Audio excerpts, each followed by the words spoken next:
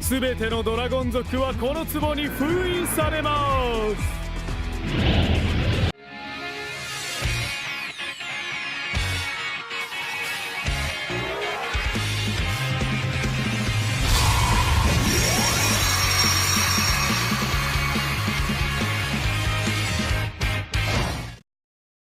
It's an episode of the Dragon Capture Jar where I take a random dragon card and talk about it off the cuff. So here is the lovely jar, and let's see what's caught for us this week.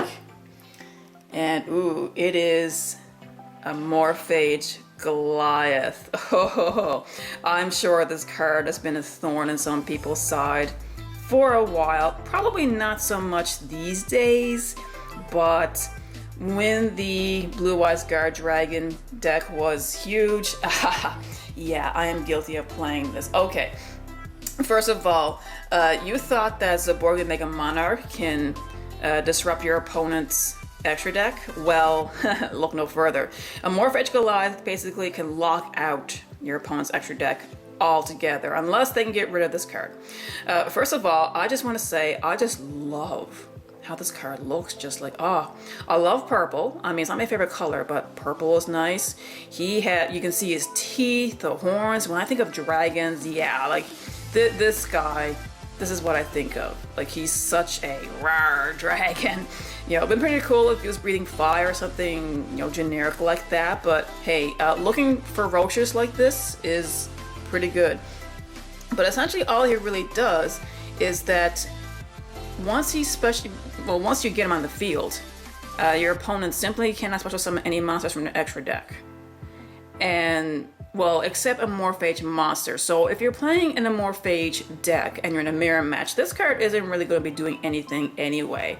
Not if your opponent exclusively has Amorphage monsters in their extra deck, but oh man, if you're playing this card and your opponent isn't got nothing to do with Amorphage monsters, that's it. They can't do anything with the extra deck. It's completely locked out unless they can find a way to get rid of this guy. And he's, you know, Amorphage Goliath is pretty strong. He's got, you know, well, 2,750. They have to put the 50 in there just for me because I'm horrid at math. But he's a pretty decent beat stick. So yeah, he's not really a pushover. So your opponent will have to rely on beating over him to get rid of this monster. Or they can use a card effect to get rid of him because he doesn't really have any special protections. Now, you can have other effects on your side of the field that can stop, you know, protect your dragons from being hit or being targeted. But depending on the situation, you know, he can be fairly easy to pick off. But no, in my experience though, when I used this classic combo, I used the Archbrave Dragon, and you send Amorphage to the grave using a Dragon Shrine or Foolish Burial, you know, just kind of make sure you can get multiple dragons into the grave. Usually, before he was banned, I would use Dark Matter Dragon to put these two, an additional dragon monster, so probably an egg or something, to the grave. And due to Archbrave's effect on the next standby phase, this guy comes out and bam, your opponent can't really do anything.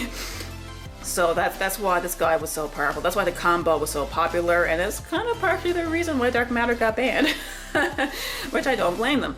But some people still use this combo to this day. I will admit, in my Blue Eyes Guard Dragon deck, which I will be doing a profile soon, I do incorporate this combo because even though with Dragon Shrine, you know, you need at least one normal dragon to send to the grave in order to add an additional dragon, there are other ways to send these guys to the grave, and there are other ways to get him from your grave to your field.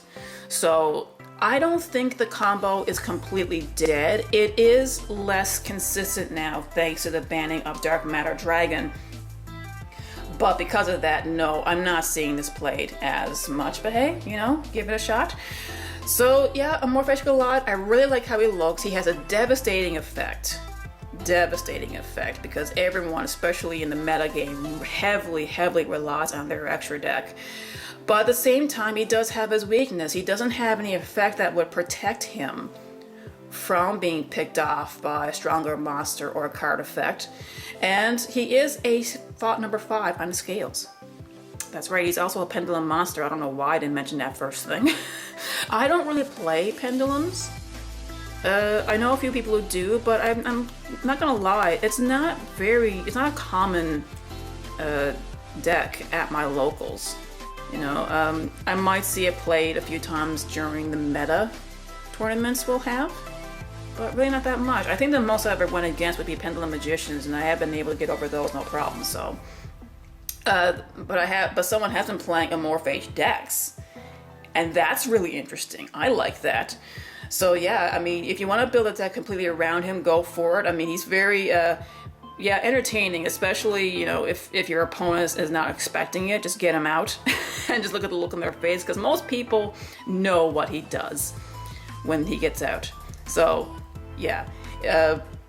So what do you think of Amorphage Goliath? Like, do you use him? Do you incorporate a strategy that gets him to your grave pretty fast, or some of them fast from your deck or grave? Let me know in the comments below. But no matter how you play this card or play the game, make sure to play the game, not the fame.